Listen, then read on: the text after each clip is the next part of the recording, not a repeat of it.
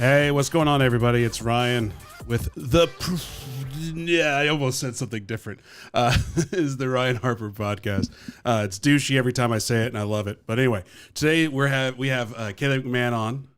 Yeah. She is the self-proclaimed apartment queen. The apartment queen. Which is, I don't want to get a gotcha moment, but I always find it funny when it seems like every female in any industry is like when they want to be the best, they just self-proclaim themselves as the queen.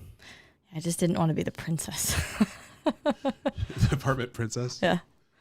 Like my girlfriend. Yeah. Yes. I wanted to be the queen. Right. Anyway. And it's also kind of a play on when you're in a relationship and you call a man your king and your queen. It's just like you have the highest level of respect for that person and you honor them and you just do everything you can for them. That's one way to go about it. Anyway, so one way, I don't know why they had to make that awkward. That's just my gift. Just make things awkward. That made me laugh. I'm going to spit. Do I have a drop for that? How dare you? How dare you? There we go. Dang it. My ears are too small. Yeah. So the biggest thing I want to talk about today is, because I know you've been in real estate for a minute and you were doing the broker thing, you're doing the single family thing, doing the showing houses thing. And then you've since, obviously, with the apartment queen, converted over into the apartment multifamily space as a owner, as a sponsor, syndicator, etc. And one thing, it always, and I say always, but it seems like when people talk about raising capital, they talk about it from like 5, 10, 15, 20 years of experience, where at that point, you're like, hey, Bob, I have a project. I need 10 million. You want in on it? You're like, I got 2. Go for it. But for you, you don't have those connections yet. So in terms of raising capital, what is that like for you? It's changing every single project, honestly. So in any industry, I'm going to try to be really organized with my thoughts here. In any industry that you're ever in, if you can figure out a niche or something that is, one thing that you're focused on, so everyone knows you for that, that is the best way to do anything, including bringing in capital. So whenever I started, it went from doing too much stuff to apartments, and then apartments to specifically in our partnerships being the one that is the best at raising capital, because like I told you earlier, I'm a really good hunter, but I'm not a good farmer. Right. So when I find someone that is interested and qualifies for our deals, then I hand it off to the team and somebody else finishes all the paperwork and all the junk. And then I do investor relations later to talk to everybody about what's going on as we proceed monthly and quarterly. So what makes you think that you're a good hunter versus not a good farmer? And then I understand that analogy. I don't enjoy it. Okay. Straight up. And when I used to do dental stuff, like I'd I'd work with doctors fresh out of dental school to build their new practices and then talk to them about, capital equipment they needed, supplies, budgets, all the stuff they needed to set up their practice to be profitable, and finding them and then having that meeting and then being like, okay, now go. I don't want to come back and visit you every 2 weeks and babysit you. I don't. Because I just didn't enjoy it. I like the people, but not the in the weeds stuff. I don't like that. I'm a 30,000 foot view visionary type person, and so I operate up here and all the weeds. I don't like it. I don't like it at all. But in the capital sense of, to answer your question, how things have changed, again, focusing on the right types of people is what's key. So there's many different dynamics there as far as being a female, being young, being newer. There's all sorts of different dynamics I could talk about, but basically realized recently that I was doing a lot of, and we still do, Regulation D 506B offerings. So it's a buddy offering, so you can have friends and family on that offering. And that's great, but it is so much work to have. I mean, I have like over 2,000 investors in my database that I have shaken their hand, taking them to lunch, taking them for drinks, whatever. And it just, I'm just tapped like for energy. And I'm like, and I got to keep doing that because there are certain people that have invested in every single deal. And they're like, my pension funds are used, all my 401s are used, everything's out in the projects and I'm getting returns and I'm done. So at the conference I was at recently, that's my biggest teetering thing. My banker's like, you need to go institutional. I have a few guys in New York that would help you have larger chunks. But I'm like, what does institutional mean? I know you've worked with them, so they're legitimate and they're not trying to like ruin the project so they can come back and screw you and buy it from you. That's the worst thing ever. Like I've heard some family office horror stories and things like that. So I'm a little bit afraid of that institutional level, and I'm not quite confident and ready to be able to have enough money to pay for sophisticated lawyers that could handle something like that. Mm-hmm. So right now I stood up in front of a room of really experienced operators at a conference, and I was like, all right, so what I'm getting right now is from certain people. I'm getting 150, 250, 350 chunks instead of 50K, 50K, 50K, and so that helps me be more efficient and then be able to raise more capital for these larger deals. So when I was asking these people, I was like, what groups do you go to that gives you this? Because for me, it's been one-offs, like a banker or, whatever. So they're like, oh, so first of all, when you do Regulation D506C, which we're doing now, and then the next deal we'll do that as well. So it's a public offering that we can advertise. So that and it's only accredited people though that can invest in that deal. Right. Those people have been so respectful and so easy to deal with, and so they get it and it makes sense, and they're not a pain in the butt. They'll ask some questions, but it's not a big deal. I like it when people ask questions because they're intelligent questions that show me they care, and then that means they're going to stick around because I don't mind talking to them. But when people have a lot of fear and they're super new and they don't know, they just require, they put in this much money or require this much time. That's the same with every industry, every business. You'll always have these time wasters and people that are just like, I don't know, quit it. Before I forget and move on too much, I do have an attorney for you, and I think you'll like her. She's local to Dallas. She's a pit bull, Julie Pettit out of, she's over Oak Lawn and Rawlins, whatever. Yeah. But I've known her 8 years now. I'm actually in the process of working hard to get my own stuff set up, even though I know I could spend like $200 at LegalZoom to get my LLCs. I'd rather have her from day one.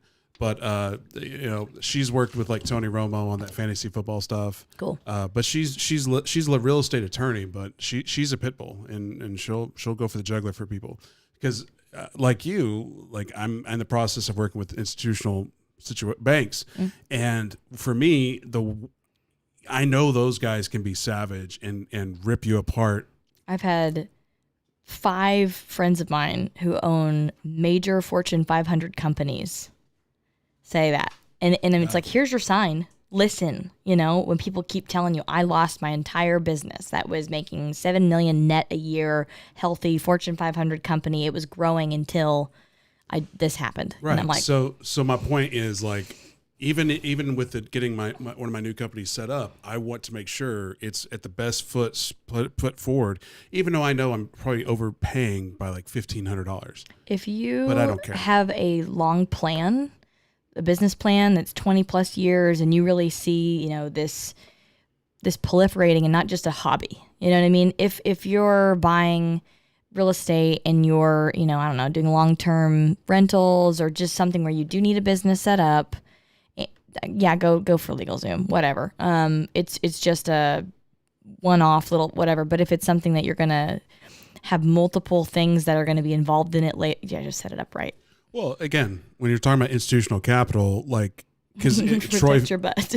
Well, yeah, because like Troy Fullwood, we interviewed him, Casey and I on the Propelio TV, and I've call him a friend. I mean, hell, his book is over here somewhere. Yeah. But like in 2019, he raised $2 billion for his projects. That's legit. a lot. That's a lot of money. Yeah. Like when you start throwing bees out in the world, it's like, oh shit. You need. So therefore, again, I'm not an attorney. You're not an attorney, but it's interesting that we're talking about that. But like again, you need to have real protection. Yeah. And to me, Julie Pettit, shout out to her. She's my go-to referral person. Cool. Yeah, I'd love to meet her. Absolutely. Yeah.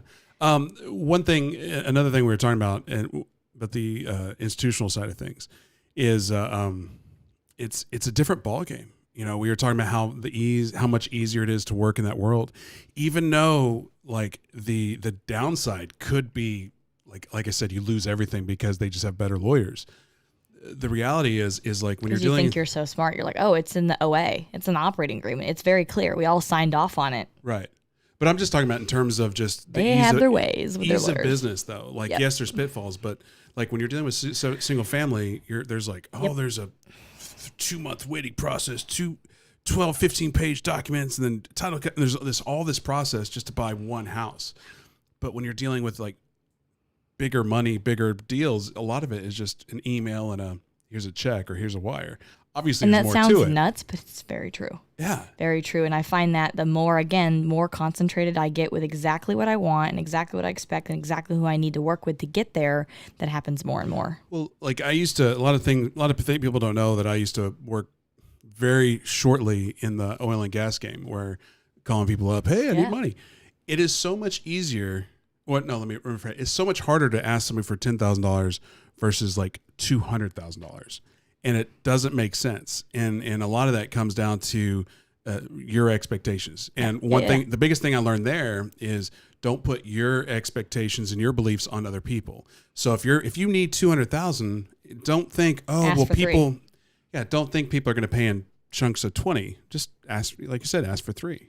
Yeah. And that's my mindset though. Remember how I said I'm the 30,000 foot view person? I'm like, hey, it's easier to get 300 than 2. Like, might as well ask. That's one thing that, someone that I've been seeing for a while now, I thanked him the other day because in a relationship sense, he's helped me, but usually in a business sense, I'm over that. But now it's consistent across both fields, which it's your life. But I'm like, thank you so much for giving me the confidence to be able to ask for what it is that I really want and not fear the no, because it's always no if you don't ask. So in the business world, it's been a little easier for me, but now it's both sides. So that's just constantly reinforced in my brain. Mm-hmm. So yeah, just always ask, shoot, and then like go higher, way higher, and then so like Chris Voss's Never Split the Difference. He kind of talks about that. I forget how he breaks it down, but I wrote it down. It's like, okay, so what's 100% of what you need, and then say most people are like, 50-50, let's just go in the middle. And it's like, well, the first offer you'd give is like 80% of 100%, and then you go down from there. And I hate that. I know that's what you have to do, but for me, I'm like, if I know it's 50-50 and it's 50-50, let's just start at 50-50. And I know that's like not negotiating. That's just like reality. Depends on what it is. When you're talking about an apartment deal that's $2 million overpriced based on the income that it's producing, and it's in a great area, and you have a possibility to have a good project, and they're just ridiculous with their expectations, and they want to start talking to you, and you want to negotiate, you kind of have to. I'm not overpaying by that much. So what are some of the lessons that you've learned in raising capital? Like we've already talked about one, which is if you need 2, ask for 3. Yeah. But again, somebody who's young, who's a woman, who's new to this element versus somebody who's older, been doing it. Like what are some tips? What are some downfalls? What are some regrets that you've already run into? So what I was going to say earlier about, going institutional, I'm not quite there yet. So when I spoke in front of that panel asking them, what would be a solution for right now where I'm finding limited partners, LPs, that will put in larger chunks of money and then be more sophisticated and intelligent to where if I send them all these crazy numbers, they just can read them and figure it out, And so they had said, like Maureen Miles, she said, doctors all day long. If you can find a group of, orthopedic surgeons or whatever, and have one that's already been investing in the types of projects that you do, they fully understand how to explain in their brain, like how this worked for them. So that's been something I focused on. It was cool when I stood up at that conference, then I had a surgeon sitting next to me stand up and say, we've got 400 doctors in a group that meet for a study group in Santa Barbara. We'd love to talk to you and have you fly out and come talk to us. And I've invested, so like I'll help you and you help me, And then someone else, there's a dentist that actually, she lives in Houston. And she said same thing. We have study groups. So that's having someone that has access to a large group of people that, are intelligent. So, doctors, engineers, they're also super intelligent and usually make a decent amount of money to where they could put up more up front. So finding groups like that, that I was trying to give my other example. What was it? So it was dentists, doctors. Crowdfunding was another thing. I haven't tried it yet, but I mean, my assistant just like beast mode. We've got all the listed crowdfunding sites that are appropriate for real estate. And so we're going to attempt to do that.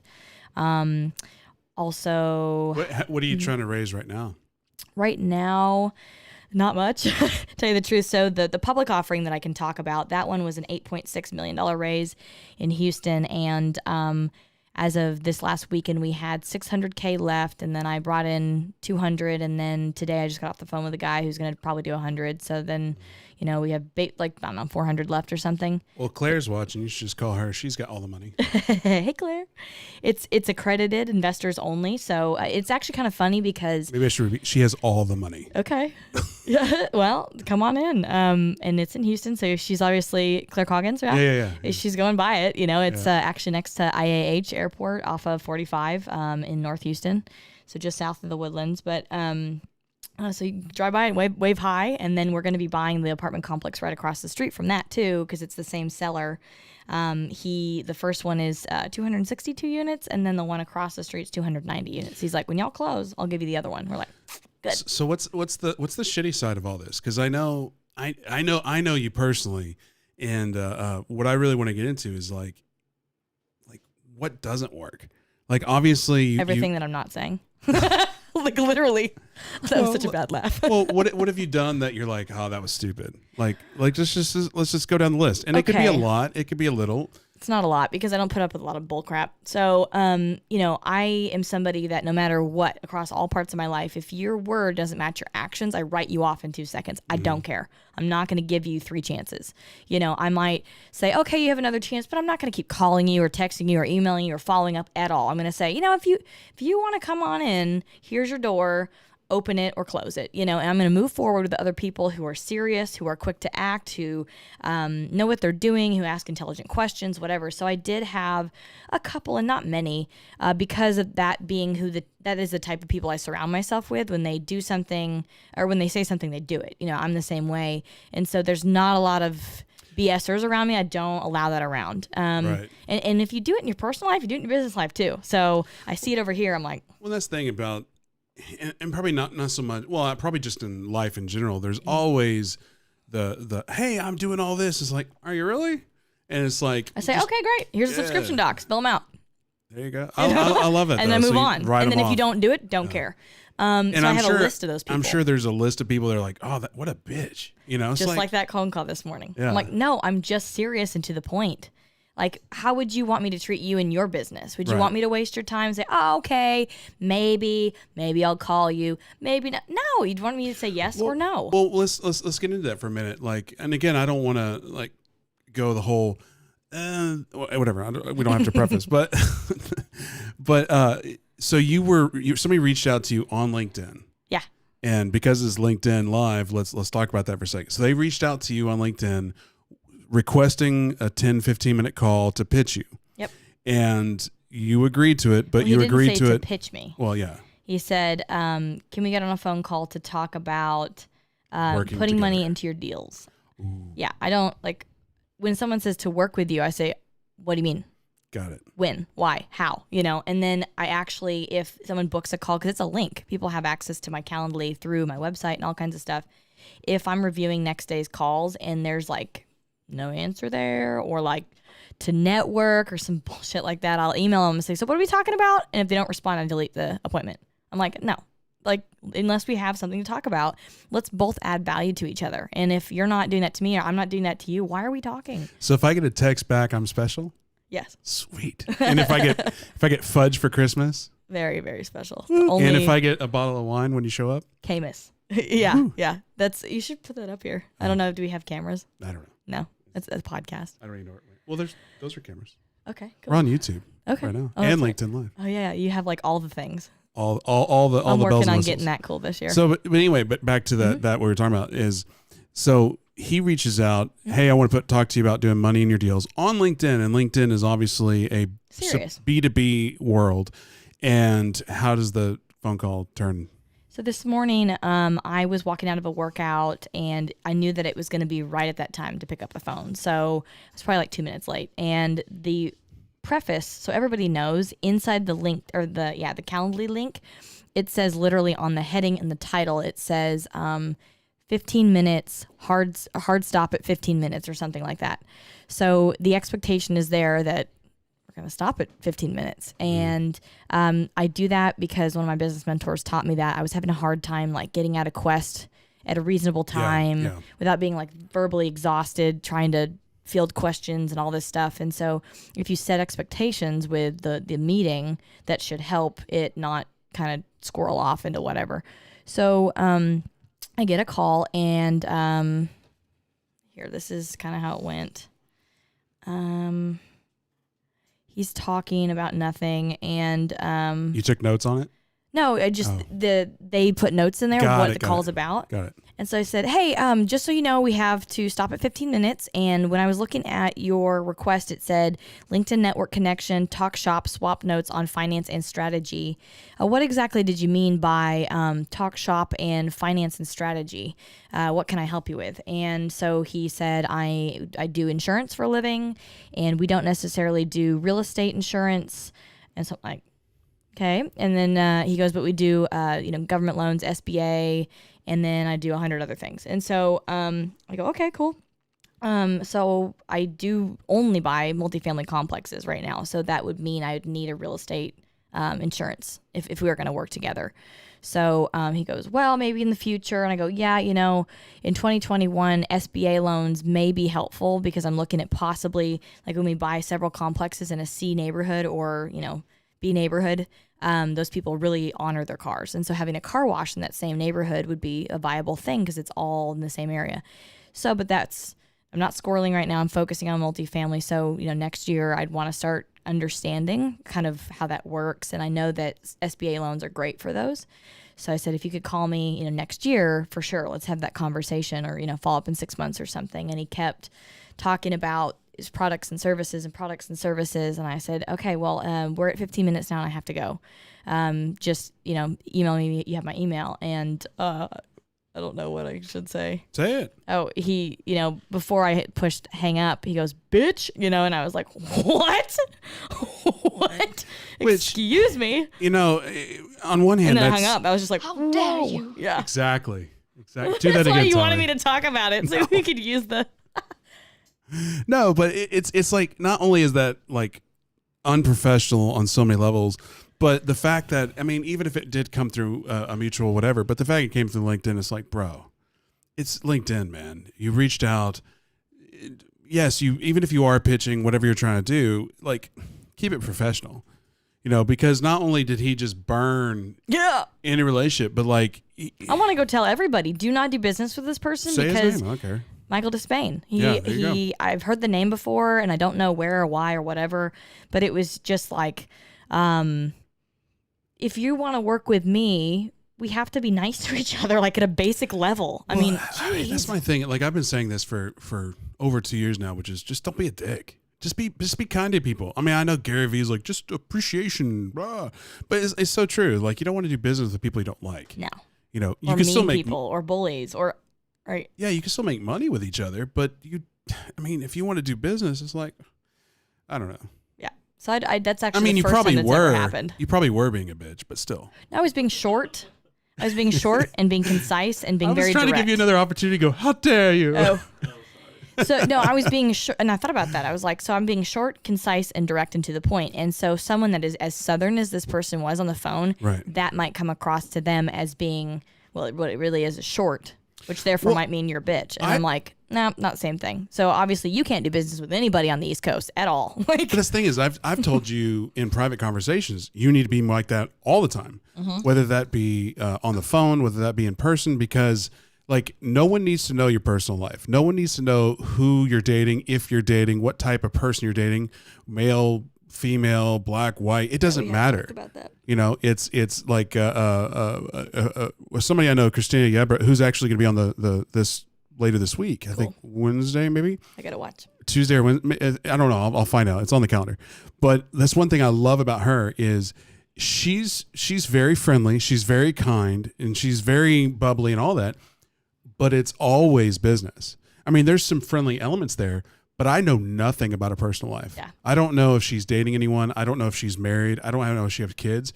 And and I actually want to talk to her about that because it's the way she's been able to craft her persona is amazing to me because I'm the type of person where, if we're talking to each other, it just naturally goes into that personal field. But with her, and it might be because it just feels like there's a shield, a barrier of like, I would feel uncomfortable asking her about her love life. Okay. And I don't know why that is. Yeah. And maybe it's my own shit, or maybe she's projecting something, but A force. whatever it is, it's, what's that? A force field. Yeah, but whatever it is, it works for her in the sense that, at least in my perception, it's business. Yeah, I had to have that conversation with somebody on Saturday. Yeah, where, this person, awesome hanging around them, but I'm like, I have learned this lesson once, and I don't need to learn it again. Right. I respect you so much, and you have so much knowledge, and I just want to be like you when I grow up, so we're going to draw the line here. And that's immediately, and again, it was because I didn't follow those steps up front. I was too like, we'll just be friends and perverted joking and all this stuff. And I didn't even actually see that person in a business sense until I realized, holy shit, this person has 2 jets, so much money. This could be one of my biggest investors of my life. This could be somebody who, like, constantly what we do talk about is business, because I'll have like personal struggles, and then from a perspective of, I've kind of done that, hey, think about this, or make sure to treat this person this way, or make sure to be calm down here, or, just really good advice. And I don't want to lose that. So I've had to kind of go backwards, and now it's a little bit painful, but luckily this person does respect me. So it didn't have to be this awkward thing where, now it's like, okay, well, Kaylee, you drive the bus. So that's what you want. Cool. But just think about if you started that way. Right. Like if you started like straight up professional, and it was before we had that conversation. Yeah. And you could be friendly. Like, but if, again, I don't want to repeat myself over and over, but you could still be Kaylee. Yes. You could still be the apartment queen. I could still talk about my sick grandma and my crappy heart and the fact that I go to counseling or whatever it is in my life, but I don't need to talk about my romantic life, because here's what made sense to me when you said it. The person's mind just goes there because you're making them go there. Like, you're talking about it. Yeah. So they're like, I wonder, and the mind never goes there. If you're like, my sister, woohoo. And you can still be friends. You can still do stuff together. Yeah. But like, there's a difference between like, hey, Kaylee, let's you and I singularly go walk around White Rock Lake and have a picnic and have a drink, and we're just friends. Oh, and I'll still do that. Bullshit, we're not just friends. I'll still do that. Just hang out with them. Let's go meet at a bar or whatever. Right. But what I'm saying is, like, in what I just said of like, hey, as a friend, let's do this incredibly possibly romantic thing. That's not being a friend. That's trying to find an in.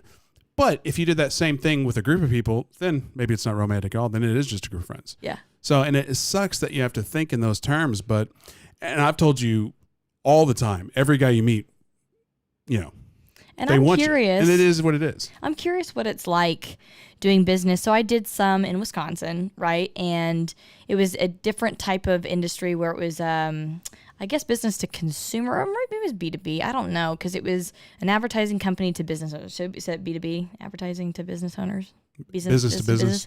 Yeah, so it was B2B, and those people, like in Wisconsin, everyone is just like overweight, tired, depressed, the sun's not there, whatever. So Little Miss Sunshine moving up there from Texas, they're like, oh my God, we adore you. You're like just peppy and full of energy and, go-getter attitude. And so in that I don't know how to say this.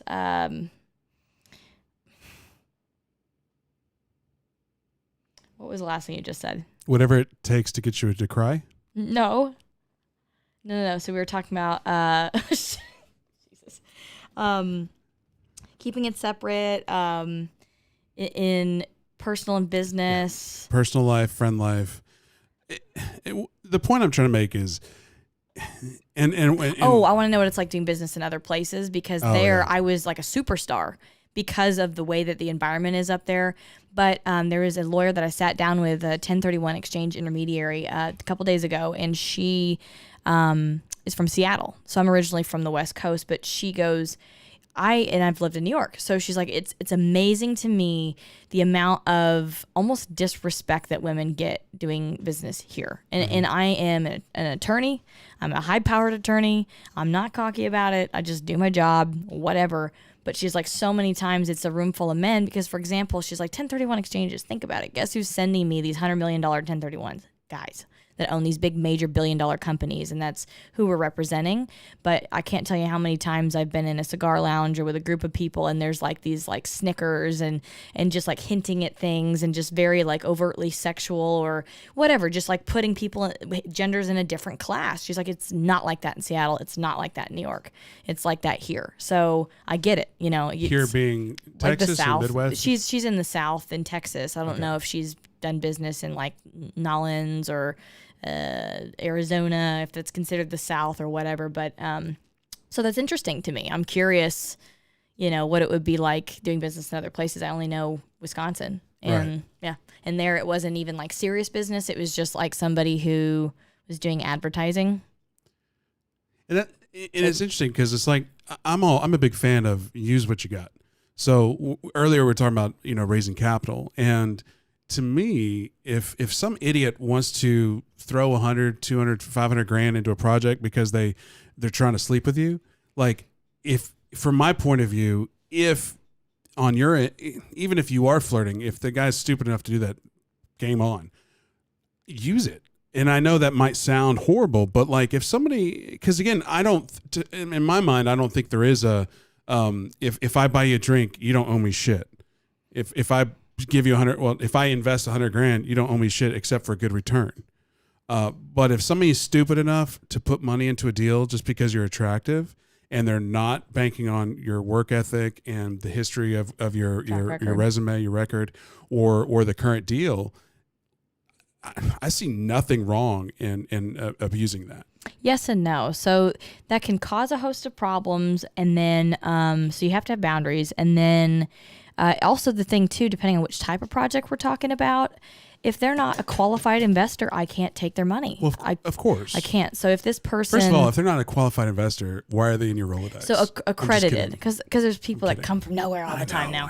So now that we're doing Reg D 506C offerings, public advertising and all that, people will send people, and that's totally legal, totally cool, but they have to be accredited. So we go through a third-party accreditation service, and if they're not accredited, they're not, and that is what it is.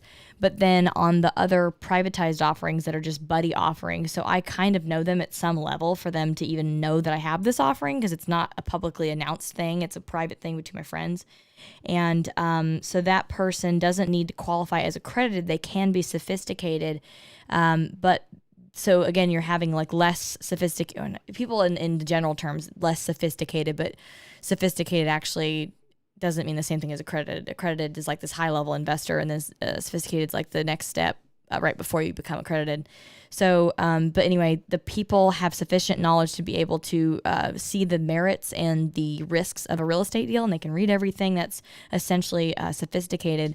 And that's cool, but there's a lot of gray area there. And so I need to be confident. One, my policy personally is that I will not take anyone's money if what they're investing is over 10% of what they have, because that would be a detriment to their life if something does go wrong. And I tell them that, you know, day one, I'm like, if you lost this money, would this affect your life? If it does, no, I'm not taking it. So that's one part of it.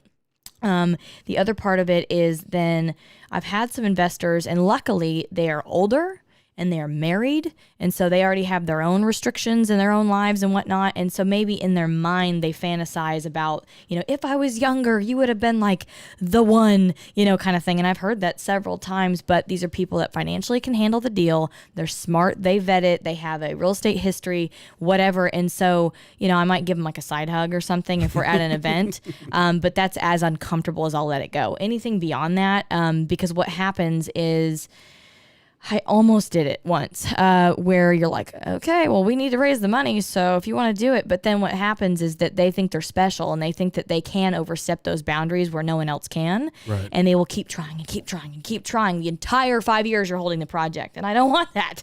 Like, I want someone who is serious and is in it, who is intelligent.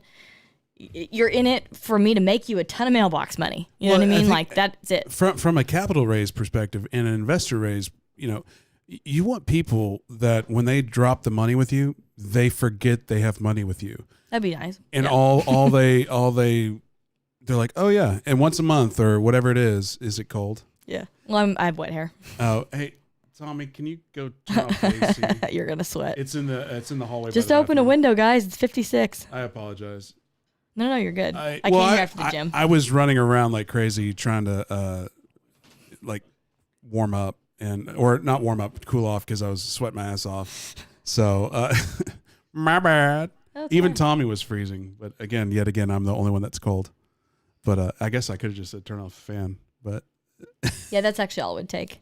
Whoops, my bad. I don't even know what we're talking about. Yep. I'll Other start than you cold. doing this. Just So pump we were it just up. talking about taking money from people that want to put in because they're attracted to me. And you then, know, the far left switch as well as the.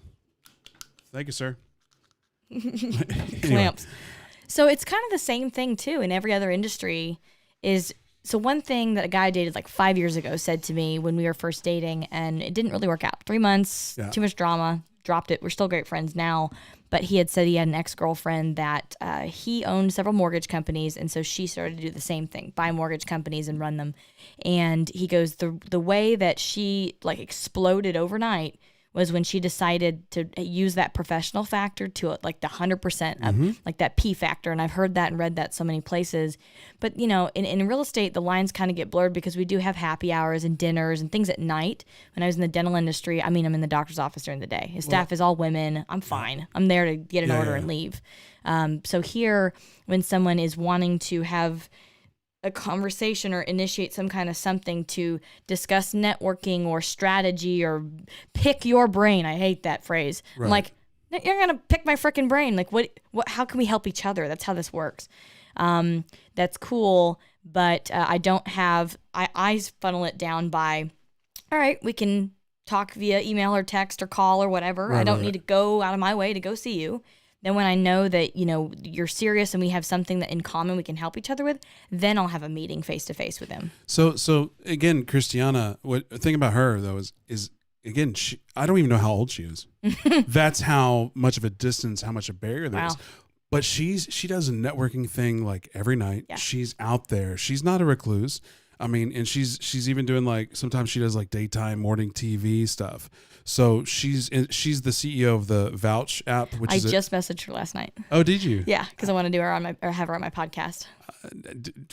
Small world. Yeah, I think that it brought up in LinkedIn under mutual friends or something. Well, yeah, I could just group text her. Yeah. There you go. Cool. I just name dropped Christina. This girl that messaged you. She's actually legit. Yeah. Talk to her. I don't know if you're legit. I've never done business with you. Let's do it. Shit. I don't qualify. Well, probably you did not for the Houston ones, but no. I mean, I don't qualify because I'm too friendly with you. Oh. No, I'm just kidding. I'm playing. Okay. No, but you know, going back to all those things, because I think it's an interesting component about how like a lot of the stuff that we do as women is just in our fucking heads. Well, yeah, because it's not real, and that's one of the things. And guys can play that. That's how they have that strength. Here's the thing: is I don't think guys are playing that. I think a lot of people just internalize it and just go with it. Because the reality is, and people fight me on this all the time. No one cares. Mm-hmm. You know, there's a brilliant quote from World War II, Winston Churchill.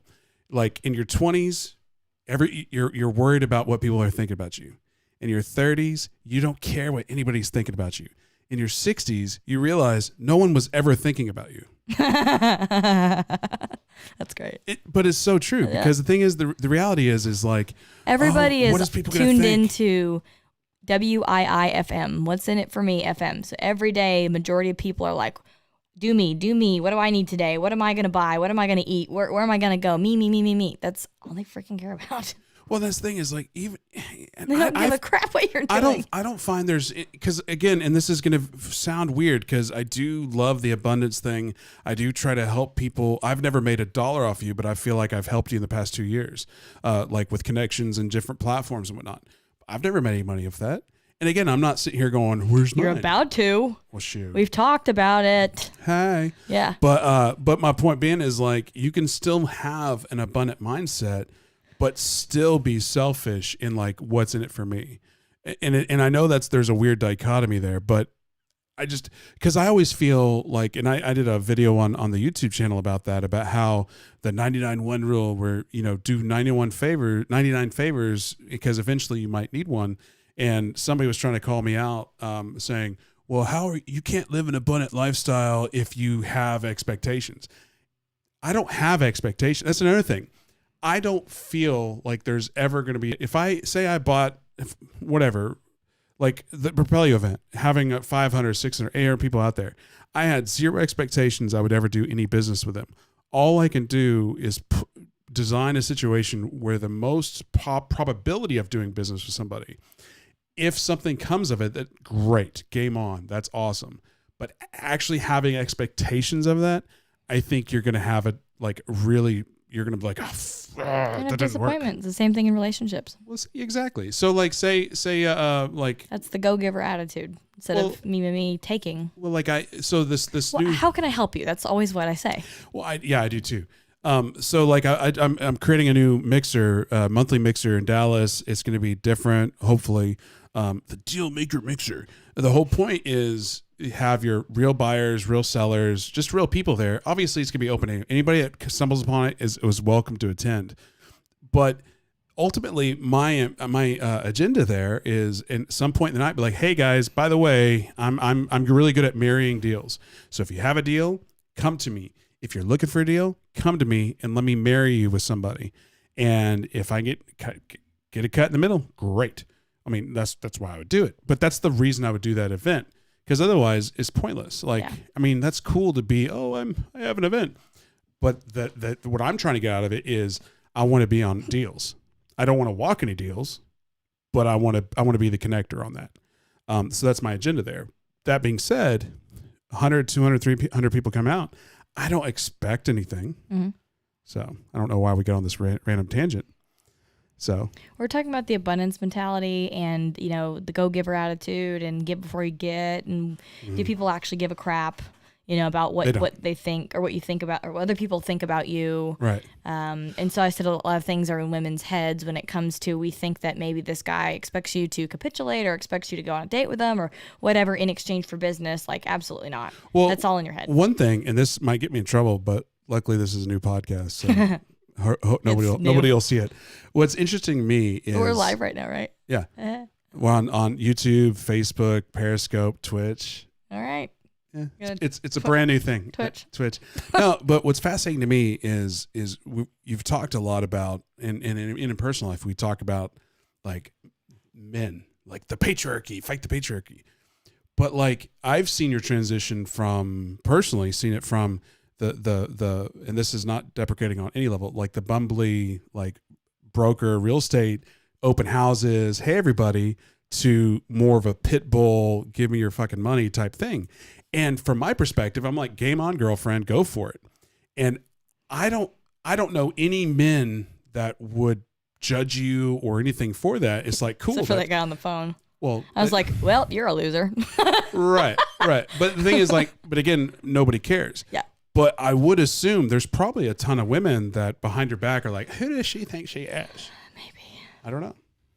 Maybe. And yeah, that's the whole thing too, that is changing, I think, in today's world. So I just interviewed a woman last week. Her name is Beth Azor, and she's just freaking awesome. People on LinkedIn have been pushing me to her. Mm-hmm. She is close to 60 and has just gone through all different generations in the commercial real estate world as being a broker, a principal, a board member, all kinds of different phases in her career. I just got ADD. What were we talking about? Right before that. I don't know. I words just come out and I never really pay attention. Oh, you are. People don't care what you think. Tommy, where's the instant replay? We don't have that. Your personality and the realtor thing. Oh, yeah. What I was saying is, she has lived through all that, like literally, and then beyond me, you know what I mean? I'm just 30, right. So she's double my age, and she was like, oh my God, yeah.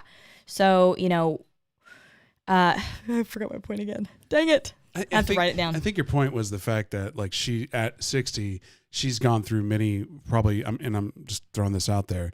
She's probably gone through many different variations of her life. No, yes, but she's gone through different eras of time. Of course, you know, 1970s, 1980s, 90s, 2000s. I mean, women have changed so much in that trajectory of time. So she's able to speak on like all of it, which is so cool because she's like, you know, back in the day, you know, all my mentors were men. And then I started being able to be around some women doing the same thing.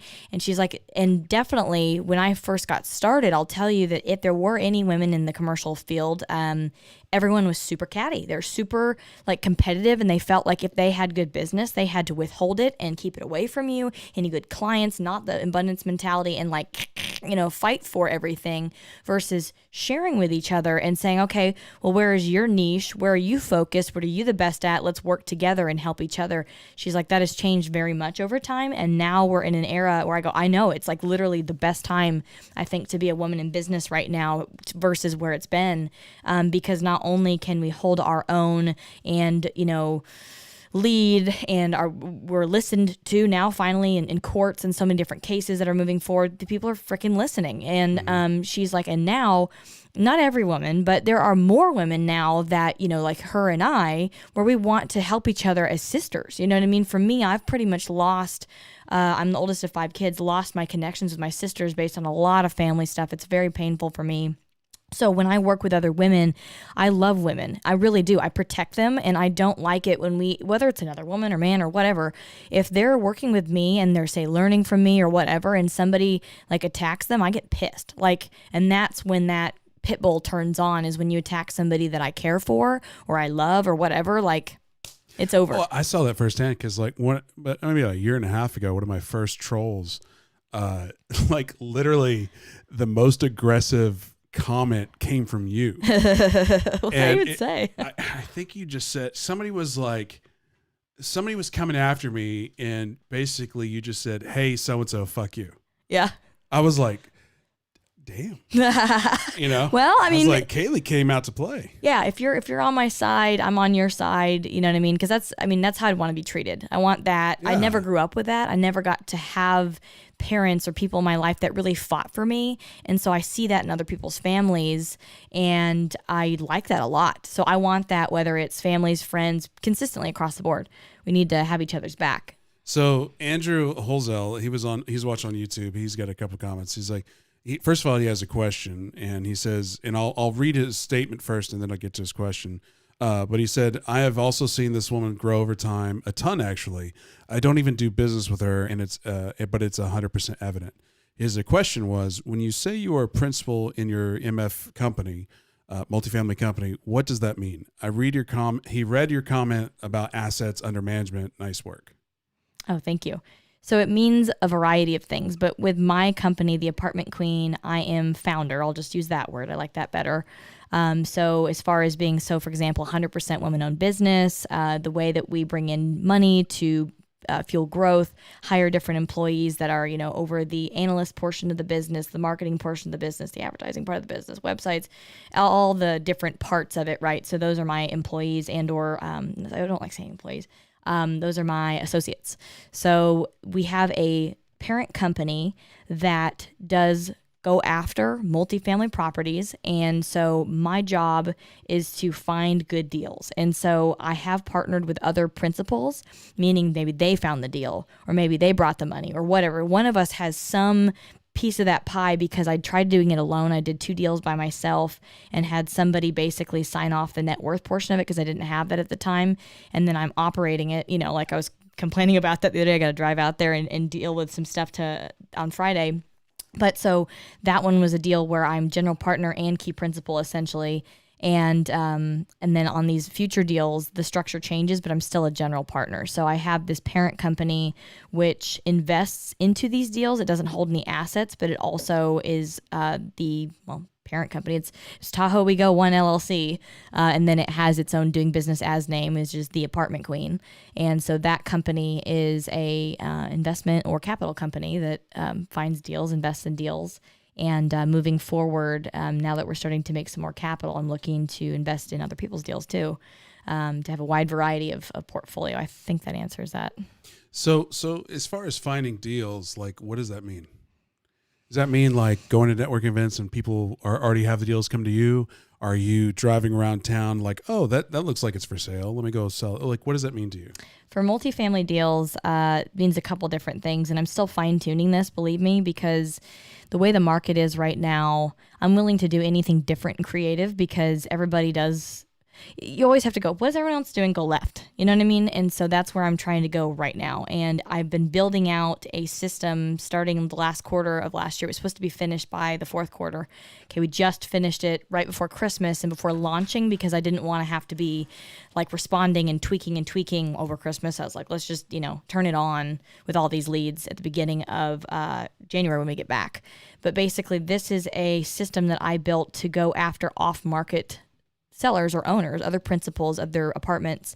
And this is something that Rod Khleif has done and been very successful at. Most of the multifamily people don't touch that because it's a lot easier to go with a broker and have the broker have that relationship, good old boy, good old girl relationship where you see them on a regular basis. You're like, what deals you got, And then as long as they know you can close, they know that, you have the net worth, that you have the partner's network, whatever it is that you need to close, credit score. I mean, they know you have a track record. They will start bringing you deals that they are holding close to their chest that are not marketed yet. They're not on market.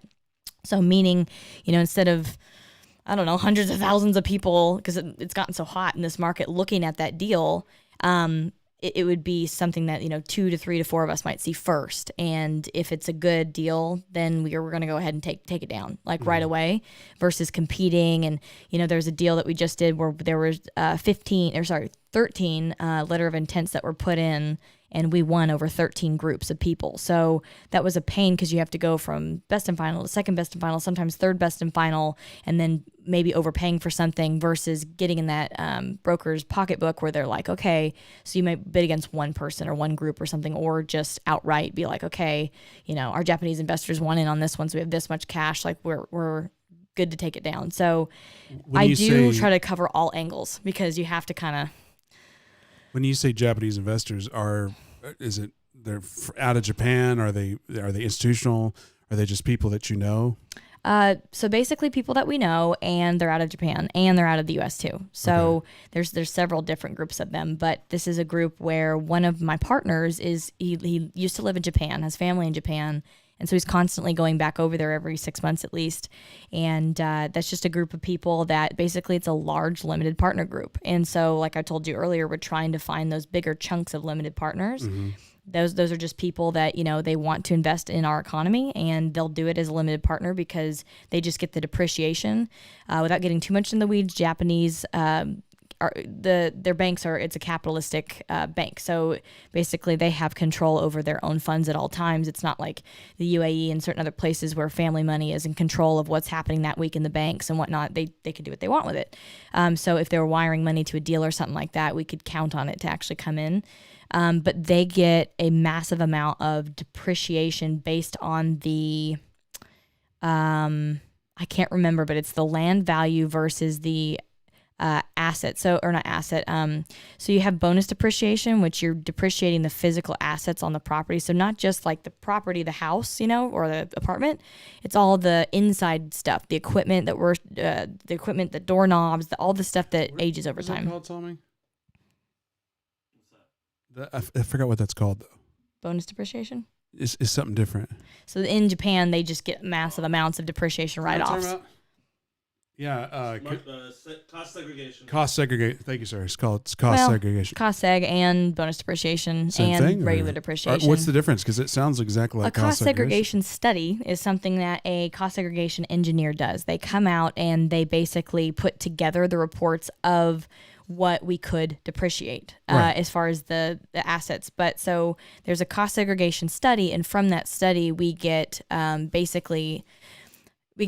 tax breaks from having that done, and then actually like using the depreciation or bonus depreciation that Trump and Tax Cut and Jobs Act has given us year one, the ability to bonus depreciate those things plus depreciate the actual property. So I think we're talking about the same thing because yes, there's a cost segregation study, but like for one of I forgot what episode it was on Propellia That's TV. how you get the info to get the bonus depreciation. But maybe it's just the semantics of it. But they were talking about the cost segregation is literally just this doorknob. Instead of depreciating the entire complex over whatever, you could depreciate this both. singular. Yeah, you could do this doorknob singularly. The bonus depreciation. Yep. So you get that from the cost seg study, if I'm saying that right. But basically, the Japanese get a ton of benefits. So is it because it's international? Is it because it's a Japanese thing? Japanese thing. So it's just changed too.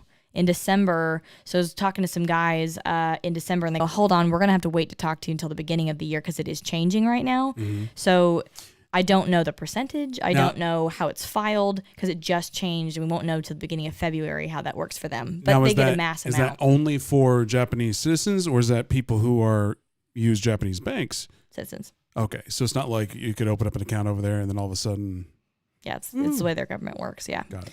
So, and if they have an established, anyway, I'm not even gonna get all that, but they get a big tax write-off because as a limited partner, people are like, oh, so I just put money in and get money out, and I'm like, kinda, but no, you're actually an owner, and think of it as a company, and there's shares in the company, and so as you put $1 in or whatever, that is the amount of share that you are entitled to out of the total equity that we give. So we give our investors 70 to 80% of the project. So even though we have a loan for make it easy, 10 million or something, and then we only have to raise 2 million, and so our cash that we're putting in is only 2 million, but we still own the entire project, and so we can split up that entire project however we want to. So we give away 70 to 80% of the shares or of the ownership to passive investors or limited partners.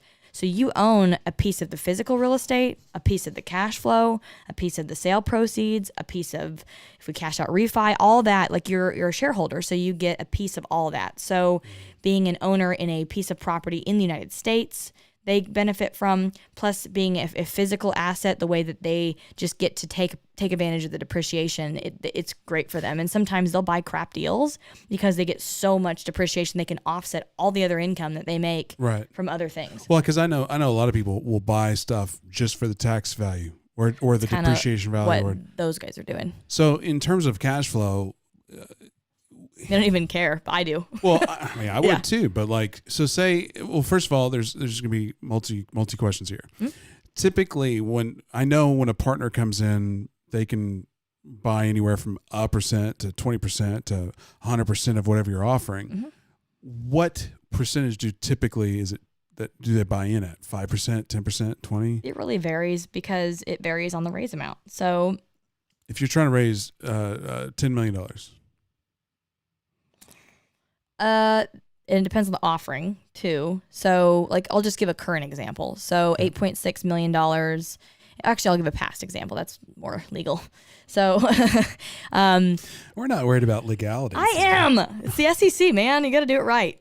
So the Phoenix deal, it was 236 units, and we had a $5.5 million raise, and an investor bought in at our minimum, which was $60K on that deal. Mm-hmm. So he owns 8.89%, I believe, of the total project, but we did 80% split on that one. So we took 20, they got 80. Is that the right math? Probably not. I was going to say, because, that doesn't sound like 9% for 60K. Because if it's is it 0.9%? Oh, I was going to say. Yeah. Because 10 times 60K is only 600,000. I was thinking of my Colorado City deals where we had people that bought in at 50 and then they owned. I raised capital, not do math. Yes, that's true. Because that's what you want to hear about somebody when I give you $1 million that you can't do math. So the process, though, if it'll make you feel more comfortable, is what we do is I have someone on the team several people actually. Yeah. So she is super good at underwriting because she likes numbers. She likes doing the cell by cell by cell addition, and most of the cells, there is a formula that calculates something, but we always when she finishes it, then we go back in. I'm like, okay, this cell cap rate does not make sense for the project. It needs to be here. We need to bump it up, 100 basis points, make it more conservative, just in case the market like takes a dump at this point.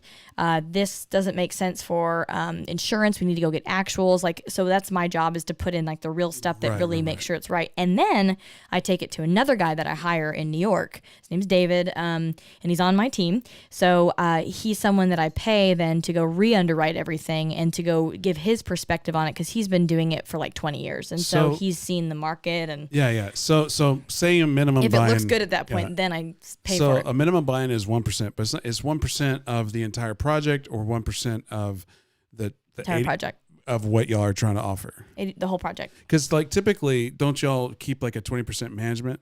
So on that one, it was 20%, and in my deals, so far it's been 20 or 30. Oh, really? It goes up to 30.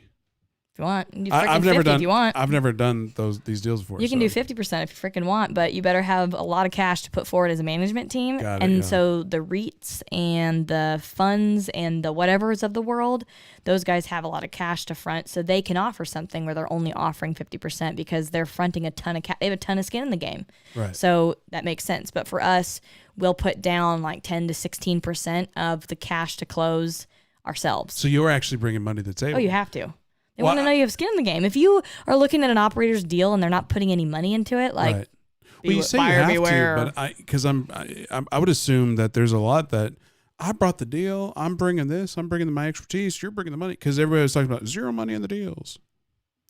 So you're saying that's like, I don't know. That's like a single family perspective on things. I don't know. I've just in my industry, that's what we see out there. So I hate to say it's competition, but if an investor gets the choice to choose an equal deal, an equally level of experience of a GP team, an equal all the things, and then maybe they're like, okay, I really like this person, but really follow the money. That's where it's at. So going back to that so if you're getting 20% to 30% of the deal, but you're also bringing 15% of the deal, money wise, then you're taking like a 5%. We're bringing the deal. We're bringing a portion of the money. We're managing it. We're making sure. But like the management fee is only about 5%. So if you're doing that's management like fee is 2%. What's that? Management fee is 2%. Okay, so you're 7%. It depends deal to deal. How big it is, we take less percentage the larger the deal. But my point being is, like, I think some people would just assume that,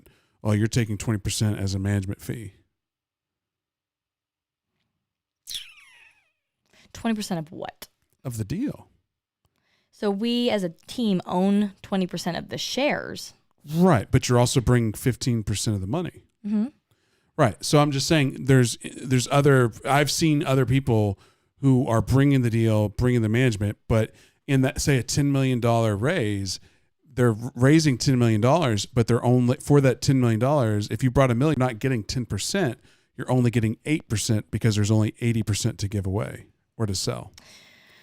I think I understand what you're saying. Like the two are separate. Correct. The passive or LPs and then us GPs. So the GPs will get 20 or 30% period. We'll just structure it that way from the jump. But you're bringing money to the table. Even if we weren't, we could still do it however we feel like it. But the investors I'm giving a compliment. That. Got it. Yeah. So investors can see that. And I'm saying be a little wary of people that don't have skin in the game, because we'll get those shares regardless, because for the entire life of the project, we are the success of it. We're showing up every week out there or every month or whatever. And again, I apologize for going down a rabbit hole, but to me it's interesting because, again, there's so many people. Well, I say that like I know, but I've seen people who are raising all this money but bringing nothing to the table. But in their mind, they're like, I'm bringing the deal, I'm bringing my expertise, and I'm bringing the management. It's like, okay, but the skin in the game is huge. Mm-hmm. So 1% you're in the deal. Like, what's the cash flow on that? And I know it's deal to deal, but because I know a lot of people are like, hey, we're going for a minimum of 8% return plus whatever. Correct. What does that mean? Like, let's go. Like, if I give like $60,000, what can I expect on a month to month and say you sell it in 5 to 8 years? So it depends. So deal to deal, but to give a past example, we pay out quarterly on every deal. Mm-hmm. So depends on which group of people that I have. There's two groups that we've done deals together, myself and then two groups. Now I'm kind of leaning in one direction because I really like them. Not saying there's anything wrong with the other one, but I am just super risk averse, and not personally, obviously, because I don't have anything to lose. But for everybody else's money and for the whole project and for the life of it and all that stuff, we have to be very conservative with numbers and make sure that, okay, we could fail, so let's be like way over here so that there's no even running getting close to that stuff.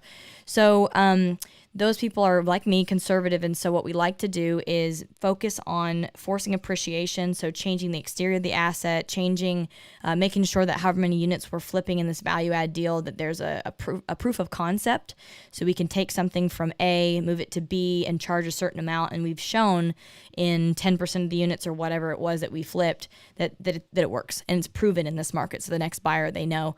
So when it comes to payouts, I don't like to start them until after the first 12 months because we need that time to change tenants, to value add. Yes, to change the exterior, to like really get our teams throw a carport on, etc. All the stuff, and then lock it down and be like, okay, here's what we've done. And then once you have all those big changes that have happened, then you don't have to worry about your contractor crews dying or something happening or whatever. And then, once that's done, then we can take a portion of the cash flow and start distributing it. So when we're underwriting deals and finding deals like this one I just dug up right now, the minimum cash on cash quarterly that we're looking to give our investors is 10%. So we did just do one that was 9.6, but right about 10% is what we're targeting. So we don't look at any deals that we can't do that with. So you want to pay out 10% of what you raised every quarter? 10% of the cash flow. 10% of the cash raise flow. and cash flow, Okay, but okay. really the cash flow is really what it is. Got it. And so that's why you want to make sure that you have reserves. They want to make sure that you have waited and that the cash flow that has been happening every month, we're putting that in reserves. Mm-hmm. We with the value add, we don't go in and have no money for renovations. That's part of the loan and part of the raise. And so that we have that money to be able to put into that. Some people will buy complexes and take the cash flow then and do renovations. That's just idiotic. Where's the loan though? If it's a cash raise, are you take that money and then getting a loan based off the raise? So where's the loan? Backwards. So basically up the property. So if the property is a $12.25 million property, depending on who we're using, Fannie, Freddie, Right. bank debt, whatever, then you'd be getting 70 to 80% loan to value or loan to cost, depending on if you're doing Fannie or Freddie. But basically the amount they cover, so say if it was, I think 75% on that one was 9.8 million. So then the remaining that we needed to raise on that, the total purchase would be 14.4 because we needed renovation money. Right. So you need 5 or 6 million. So yes. Quick math. That one. We'll just say it's 6 million for easy math. Again, I'm not great at math. I have to look at the spreadsheet, Right, but I mean, we did it. So, but yeah, you have to have all of that. So there's two ways to do it. You can do a loan that's acquisition and development all rolled into one, and that's the smartest way to do it because then you have all your money put away in a bank account and it's ready to roll when you're doing renovations. There's no, oh shit, cash call moment and stuff like that. You've prepared ahead of time. Or you can do like a Freddie Mac loan, which I've now been able to guarantor, but those ones are separate. So it's just acquisition that they finance, and then we continue to raise the development part. So then we do it like normal. So we all put it into the same operating account as if the loan had come for a port. You know what I'm saying? Mm-hmm. Like it's not acquisition development, it's acquisition, but we go ahead and raise what we need for development and put that in the same account. So you raise 5-6 million on this one project. The loan is about 9-10, or the loan, whatever. So it's $14 million for the project, $6 million of your own cash, $9 million of a loan, whatever. Easy math. Close, yeah. On something like that, what is the cash flow? That it's the same. Like we don't buy anything where the cash flow is under, I guess 9-10% right now. So that's been really freaking hard to find. And so that's why I've had to partner up with other groups. Cash flow, 10% of the total project? 10% of the cash flow is your cash on cash return. Right, but no, I'm talking about what's the total cash flow on a project like that? What do you mean? Cash flow or return? Cash or flow. IRR? Just the gross. I should have said the gross. Gross of what? Gross revenue from the project before you start know. paying off fees. You got to go look at the net operating income and figure out what there's net, there's gross. So what was the 10%? What was the payout then? So I think phrase it in the way that I understand. Got it. So basically you have a certain amount that we've said, I'm going to pay you this 10%, right? That's our projected returns. Right. And then we'll, like on some projects, we have a pref or preferred return. So the investors will get preferred returns at a lesser amount, but they get paid before everybody else. They get paid before us. They get paid for whatever. So this project was 7%. We did one in the past that was 8%. So they will for sure 100% get that before anybody else gets anything. And they'll get that quarterly as a payout. So if you put $60K into a project, then you'd figure out annualized out of that $60K, here is your initial, say $100K, your initial put in amount that you get if you're getting 8% annualized. What is that? 8,000, 80,000, 8,000, right? Sure. 8% of 100K. So then you get 8,000, then you divide it by 4, and that's what you'd be getting every quarter from the cash flow. So while we're holding your money, you're getting a portion of the cash flow and a return while you're holding it. And like I said, if we refi cash out, that percentage of ownership that you have, say you have like 100 shares or each share is $1,000. And again, I have to have a spreadsheet in front of me, but basically your ownership percentage is the percentage of a refi cash out that you're going to get, or on sale, same thing. So on sale, our projections for finding something are where it's close to triple digits. So 85% recently, because it's getting harder to get that stuff. But, 100%, we've done that in the past. So yeah. So if you have 1% of a project and then all of a sudden it increases by 100, then your return increased by 100. Yeah. So you double your investment. Yeah. And that's on sale. So that's not including Right. The percentage you're getting quarterly cash on cash, or if we refinance cash out, what you'd get then. That's just a lot of people, you're right, look at it like, what's the overall? And I'm like, well, I mean, you'd be looking at the everything, but take the overall, and the other, I guess, is just bonus. Well, I know. It's K1 income, so I know, don't have to pay like taxes. Mac, he had a apartment complex he's in the process of selling, and hopefully I'm not out of turn talking about it, but like. Just don't give an address. I don't know it. But like literally his prepayment penalty, and I emphasis on that's another thing, is $1 million. Yeah, that's but what type of loan was it? Do you know? I have no clue. But that's something to look for in the beginning. Just it all is based on your exit. Right. Like when are you exiting? What's your exit price? Because there's these things called not prepayment penalties, but yield maintenance and defeasance. Right. And that is like what you would call a PPP. But see, we're getting way technical on this one. I know. Sorry. It's like I love it because But, that's why that's what I was saying before is like, because if you think about what we've talked about just personalities, we talked about random stuff, and now we're getting really nitty gritty technical, which is awesome. Sorry, I didn't mean to interrupt you, but yield maintenance. No, so there's a yield maintenance in what would I say? Yield maintenance and defeasance. So depending on what type of loan you have. So when you have like a non-recourse loan, which is what we like, because if the thing goes belly up, it goes back to the bank. It doesn't personally come after all of our assets, whether Right. you're an LP or a GP or whatever. So so that type of project, for us to get an insane, awesome interest rate, like we're talking in the 3s, and to have like 10-year term. And I know a guy that actually does 55% leverage with the bank, and then he gets like a super low interest like that, and 10-year interest only, which is nuts. But in order to exchange for that kind of a thing, the bank wants to know you're not going to just peace out. And so it is essentially a prepayment penalty. But when you're structuring that loan in the beginning, you have to know exactly what you're targeting for exit. So do you want what we call a step down in that loan, where basically depending on the amount of time that you have left remaining in your loan, that fee goes down? Or do you want to go, okay, we for sure are not going to sell this before 5 or 10 years ever, so we'll just go ahead and do the whole yield maintenance, or the high, I don't know how to say it, but I guess it's the yield maintenance. I'm trying to remember. It's defeasance. I think it's yield maintenance. You can do the step down.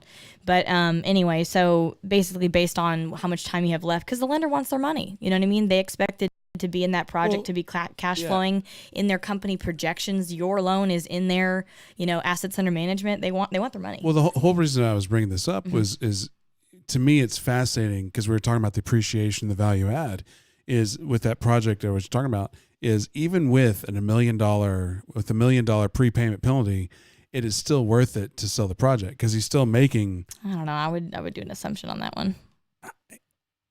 If his buyer will take it. I mean, that's a lot. Just depends on the appreciation. All I'm $4 saying million is appreciation. Yeah, F it, take it. it's more than that.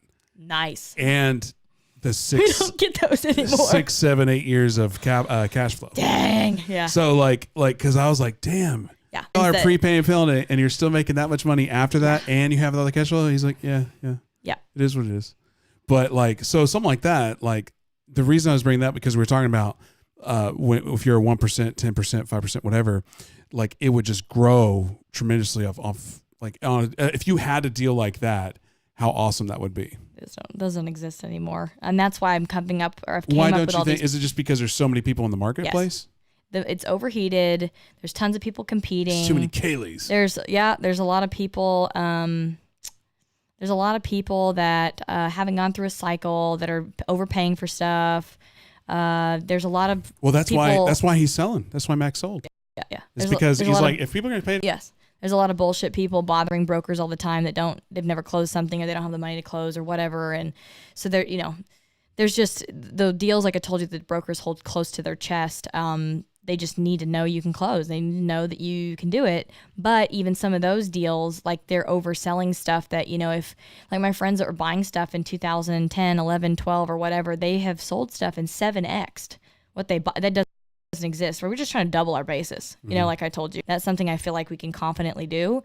But again, 7x though, that doesn't exist. If the people next cycle, if the people that are putting money in with you have that mentality of right, play it, forget it, and just like, oh, I got money, cool. And now they're, we're projecting realistic stuff. What we project is always realistic, but in the event of a, crash, if you will, and then we're going to go buy up a bunch of shit, we're going to come into this cycle again. And then in the next, say if it happens today, it won't, but say if it happened soon-ish, in the next 5-ish, 7-ish years after that, we'd start seeing you coming back up, and these, we get them base, bottom, low prices. So buy sub value, it's one thing that Trump says. I'm sorry, I'm getting excited. Trump gets you excited. Yeah, like, cause anyway, but you buy anything sub value, you can't lose. You're a complete dipshit, and you have no advisors and you have no professionals you trust. That's the thing about that real estate. I don't think is expressed enough. Is the ultimate value is time. Because, and what I mean by that is, even if you did buy in 2008, if you had enough runway to withhold the crash and hold it for 10 years, 12 years, you'd be fine by now. If you had the finances. In that situation, yeah. Well, because like TJ, Tim Cozen, he was on the other day, and we kind of talked about the apartment complex where he lost a lot of money, a lot of his family's money. He had an apartment complex, the market crashed, and they lost it all. If they had enough runway to withhold it, even if it devalued in 50%, eventually it's going to come back up. 50%. So anyway, that's what I was just saying. That if you have time, because the value of an apartment complex is not based on the asset; it's based on the business part of it, the NOI, the cap, and all that. So before we buy something, there's a lot of stress tests that we put it through to say, okay, if we had 10% of our increased vacancy 10%, and we were able, so vacancy went up 10% and our rents went down 10%. How much spread do we have still above the debt service coverage ratio to be able to still pay the bills, keep the lights on, pay the mortgage, all that stuff? As long as there's a spread there, like. What's funny is you're talking about this in my brain. I'm remembering Corey Thompson doing this on one of his old Roughneck shows on Propelio, and it's just funny because sweatpants. He's got a shitty look at hat. me. Oh, you're. Anyway, what was I saying about Corey? Anyway, it was just funny seeing him on a whiteboard because if you look at him, it's like, who is this guy? But he's so smart, so smart. Like, he went to Texas A&M. What do you expect? Okay, Whoop, but dig 'em. But what's funny is like he did the podcast too, and I've had at least 3 people say, "Oh, that's the best interview I've ever seen him give," because he wasn't being Corey, he was just being Corey. So, but anyway, the stress testing, how much stress do you put? Like when you're testing it, how much do you put it through to say, okay, this is still a deal? That's typical. Then when that looks good, and that's in the due diligence process. Yeah. So your numbers. So like you target something and want the numbers to work because you keep we underwrite so many freaking deals. Then once the numbers work, then I re-underwrite it. Then I basically say, okay, so the first stress tests are not really stress tests. They're just assumptions that we use that are conservative. So like, for example, in a market right now, sometimes you're seeing, oh my God, rent growth at like 5, 6, 7%, crazy stuff like that. But that's not proven. If you will, stress test, but more of, like I said, an assumption. You want to look at the rent growth every year. You're projecting year 1, 2, 3, 4, 5. You want to look at inflation comparative to that. So inflation is typically about 2%, and that's comfortable. That's nothing crazy, nothing low, whatever. So for us, you never want, the brokers will underwrite deals where they're basing their rent growth continuing at that insane amount, 5, 6, 7%, whatever. And I see that a lot on other syndicators deals. Well, they'll continue even to write like 3%. What I do is I look at like the historical rent growth of that market over 30 years. So you're looking at the change, like even through the last recession. So you're like, what can we reasonably for sure make sure that we can grow at, And so there's been some other smaller apartment owners who wanted to go bigger that tried to talk to me, and some other people who very aggressively want to go in there, and they go, oh, well, market's here. Year 1, we're going to put, and I'm like, you'll be at 0% occupancy, and then you'll lose your loan, and it will become due because the non-recourse loans, I think they require 80 to 90% of occupancy at all times. So those adjustments I told you, the stress test, that is to ensure that we stay above that level of occupancy, because some people may not be able to afford staying, but if we drop rents, they can still stay, so we can still keep our occupancy up. Mm-hmm. We can still keep people moving in there.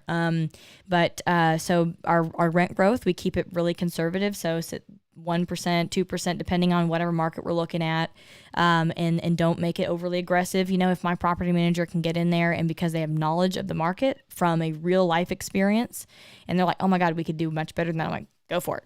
That is your job. Go run with it. If you think you can get more rent, go for it. But, again, leases usually come up a little bit here, a little bit there. They're not all at once. So it's kind of testing a little bit to see too. If one, we pump this price out and people are like vacating, like, okay, it's too high. Let's go down a little bit. But usually going into the deal, that's kind of not a stress test, but kind of just a conservative assumption. Again, on your exit cap rate or reversion cap rate, that's something that, is important to make sure that you're not always increasing. You can't use like rules of thumb always, because it depends on the market and it depends on a variety of things. But basically, your cap rate is going to compress and get smaller as you improve the property, and so the value increases. So the high cap rate deals, they have less of a value because you need to get in there and add value to it and make all the systems run appropriately and make it, and basically it would be more expensive. So long story short, if you value your property because your NOI goes down or whatever, if things don't go the way they should in a positive motion over time over your project, then we assume that the exit cap rate is going to be higher than the entry cap rate. And it could be lower if everything goes well, the market goes well, everything's tip top, but we just don't assume that it will be. We assume it'll be worse. So seeing someone that has and again, you'll see reversion cap rates at the same cap rate they're buying at. Yep, not a good idea.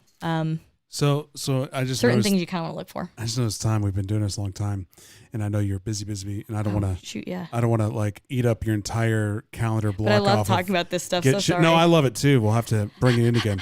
But before I let you go, Andrew had another comment that was really cool. But he's basically saying, it's obvious that you fully immerse yourself in this world.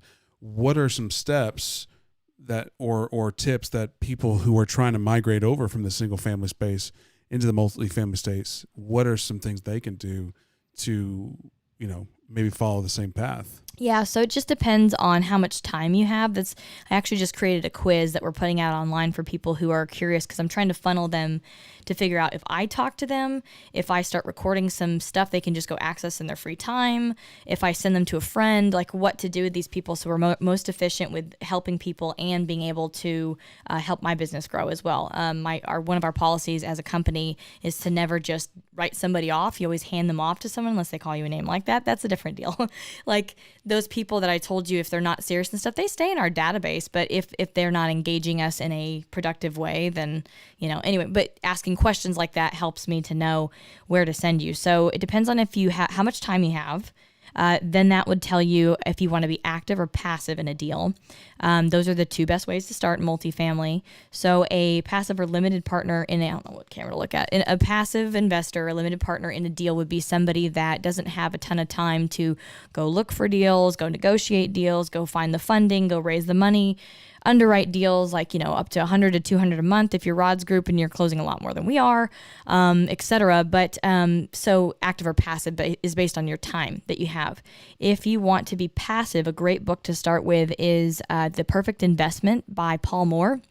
It's a really good, non-biased, non-focused thing where basically he covers mutual funds, stock market, single family investments, multifamily investments, all the things, and compares them side by side and does pros and cons with all of them. Because a multifamily is not perfect, for God's sakes, but it does provide more of a passive investment if you structure it the right way. And anyway, so that's a good place to get started as a passive investor. Plus, as a passive, if you're going to start vetting people's deals, the next step after that would be knowing and feeling comfortable with underwriting a deal. So depending on your background with data research, being an engineer, how comfortable you are with spreadsheets, things like that, I would recommend, if you're comfortable with it and you want to go rock and roll, my buddy Dave Tupin with Obsidian Capital, he actually built a underwriting spreadsheet. He has a free and a paid version. You can go to their website, Obsidian Capital, and the free version, if you just want to poke around, start putting numbers in there, see what it does, but it's a good spreadsheet.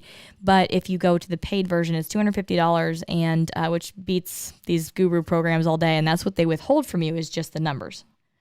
Anyway, so the spreadsheet goes through market analysis, the deal analysis, exit projections, how you're paying your team, like all the things, and even has in there, like if you're doing a seller-backed carry, if you're doing bridge debt, which is going from a recourse loan into a non-recourse loan, mezzanine financing, if you're doing like several different structures in there. Anyway, all this stuff is in there. So that's a good place so that when you're looking at another operator's deal, you're like, oh, warning sign, I have questions about this. You need to be educated. So, passive, then active. Again, the deal underwrite thing is a huge thing. If you are a numbers driven person and you could bring that to someone like me and say, I am a kick-ass this person, hey, I'll show you what I do, and then have Kaylee underwrite it too, and then put them side by side. And if I'm confident that, you can continue to repeat, ask the right questions for the right market, that would be a great way to add value to a pre-existing team of people who need help. I need help all day long with doing more and taking down more deals. So that would be, I would think, a free way to get involved with getting into being an active investor. I would warn against jumping into being a active investor in multifamily because there's just, I'm a freaking sponge and I read so much and I'm constantly learning from other people and I still don't know it all. I'm still learning every week, every day. I say that all the time though. If you think you know everything, find a mirror and slap yourself. Yeah, but even scary stuff because the market keeps changing and stuff like, consider this, I'm like, oh my God, and if you're not open to, anyway, so being part of a team where there's a large track record there and people that I would say own probably over 1,000 units or so, I don't want to give it by units, but because it's not assets under management, it's more like the track record and full history.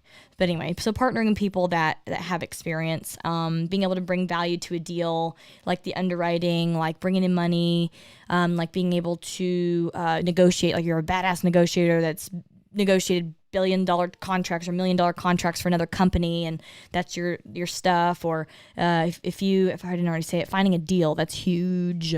Like something like that you could bring to a team, then, not only are you going to now be an active investor, but in multifamily real estate, it's a team mentality. So I've tried to do it by myself. I wanted to kill myself, not really, but I got very depressed for a few months, gained weight, didn't like myself. I didn't know how I was going to do it. I didn't know how, things fell out of contract. It was just a mess, and I still did it and closed it because I have an amazing amount of grit and eventually figured out I have to ask for help. And so I did ask, but, just leaning on a team of people, then you have the help right there. You can learn. And then as a part of the team, they should be willing to take you on as a partner because you've helped them bring in a deal, money, things that are very valuable. So I tell people all the time, I don't want to like mentor people or do phone calls or whatever. I'm like, if you bring something to me, you're in the deal as another partner. And so you're going to then get the benefit from learning from everything that we do, ask lots of questions, and then you're going to get a piece of any fees that we take as a team, any of the actual equity. So you own shares in a cash flowing company. So you're going to start seeing mailbox money coming in, and that's going to get addicting, and that helps create independence for other people. So that's, I guess, the two ways I'd say get in. So I thank you so much for coming on. There is a question I forgot to ask. It was going to be at the very beginning, and it's a Tyler Waldrop question, because it's a ninja question. It's a psychological thing to figure out where you are. If there was going to be a movie about your life, which celebrity would play you?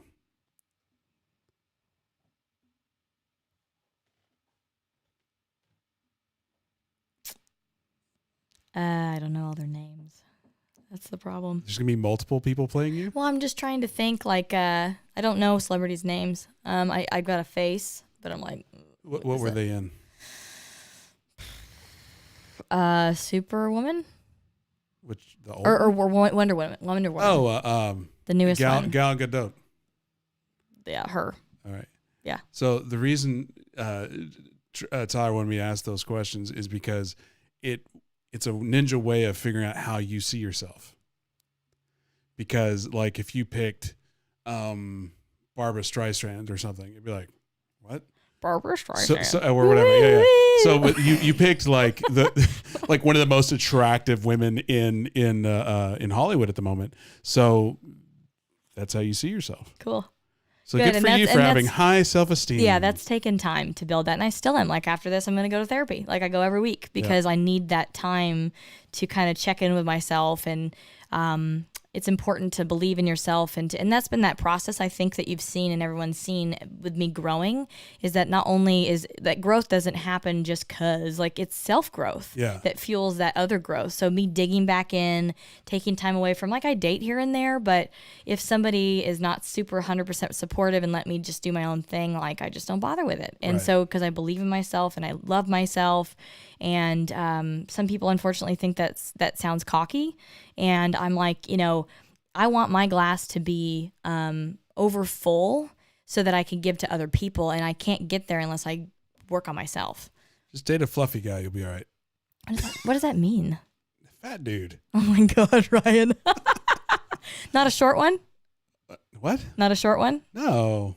No. No, like a tall, fat guy named Ryan. Anyway, actually, that's like going against everything we were just talking about. That's so inappropriate. My bad. How dare you? How dare you? He's taking a nap. I'm just kidding. So anyway, well, I appreciate you coming on here. Hopefully you had fun. Hopefully people watching or listening enjoyed it. At the end of the day, it's the Ryan Harper podcast, so I can have entertaining conversations for myself. As far as people getting a hold of you, what are you looking for? How can people do business with you? You've already stated you don't want to mentor people, but well, yes, but they need to be a partner. Right. So basically, the only way they work with you is if they have money or if they have a deal. No, like I said, if they're a badass negotiator, maybe they want to sell you insurance. If they are a good underwriter, not if they want to sell. Well, if they want to sell insurance and then give us a discount for being in the deal and then work, yeah. I mean, if there's something like, for example, one of my guys owns a construction company. And so with him, we know exactly what pricing we're getting, exactly what labor rate. It's not going to vary, but he's as a partner. That's his value, is that we don't have to pay some outside construction company, a GC, to do it. He just does it. And then he gets part of the shares and all the other stuff too. But, he takes care of all of the renovations and things like that. So for me, what I'm looking for right now as a company, we're growing. And so for us, we have a podcast called Number One Leading Ladies. That's one that I interview badass women that are changing the paradigm in their industry. So it's not all real estate. There's some engineers. There's different ladies on there, food and beverage, all kinds of stuff. But that's something, if you guys could listen to and share it with your friends, that would be awesome. Download the crap out of it. That'd be great, because we're working on sponsors right now. That's another thing we need for that show. But you need to have listeners and sponsors, to put it out there. That's the idea, just to get it out there. But this show is about talking about how women, regardless of their age or whatever, how they have started a business and gone through certain challenges and how they've overcome those challenges. Because I want everyone to know it's not pretty, it's not easy, but you can do it. That's the message, is you can freaking get off your couch and you can go do it, because we want to be prime examples to people. So, or women really is what it's for. And then as far as getting a hold of me personally, y'all can email me, admin@theapartmentqueen.com. That's a place that, if you have any questions or if you want to become vetted for one of our deals, that's kind of how we handle that. If you're looking to be a limited partner or, like I said, an active partner, just email me and we'll figure out, how to get you vetted, whether you're ready. So that's another thing with this go-giver attitude I didn't touch on earlier. I'm a very empathetic, giving person, but I've realized that it takes the right person when they're ready to do all the things, like to come to me. I don't have to pull their teeth. I don't have to ask them for things. I don't have to bug them to do things for me or anything like that, because it's not for me. It's for us as a team. They'll just volunteer to help with things. And I've got 2 people in my life like that right now, and they just impress me on a daily basis. And they know that, they're going to be in that next project or a current one that we have teed up, you know what I mean? Because I'm going to take care of my people. But that you just need to have people who are ready come to you, and we'll help each other. And that's how that works. So yeah, email me, get on the podcast, download it. If you want to sponsor us, please let me know. I also have a radio show coming out soon in Frisco. And before launching that one, we need sponsors. So yeah, if you guys have any questions, just holler. Yeah. And if you end up working with Kaylee and you heard her from either this podcast or this YouTube or whatever channel, just make sure you tell her, hell, by the way, I saw you on Ryan's thing. That way I could be like, pay me. Yep. I'm just kidding. I'm not kidding. But I'm kidding. Abundance. Yeah, I think you're going to be in a deal. Yeah. Anyway, that's it. I mean, that's how it's nonchalant, just had a good conversation. I had a good time. Did you have a good time? Yeah, of course. Is there anything you didn't like? I know there was a moment that you gave me a death stare, but. I did? Yeah. Was it because I was thinking? Because I do that. Like, I actually do this weird thing where I visualize out somewhere, or sometimes I'm looking at someone's face and they'll do this. They'll look over their shoulder like, what are you looking at? And I'm like, oh, I'm just literally visualizing right now what I'm trying to say. So you don't have like resting bitch face. You have like visualizing bitch face. It's like dumb face. I'm not saying you have a bitch face. Yeah, it's like dumb face. Like. Anyway, hey everybody, thank you so much for watching, listening, tuning in. Please consider subscribing. Check out everything. Pretty much everything we've talked about today will probably be in links below. So that's about it. Yeah, that's all I got. It's a great out, huh? Thank you for having me. Thank you. Thank you for having me. Thank you, Tommy.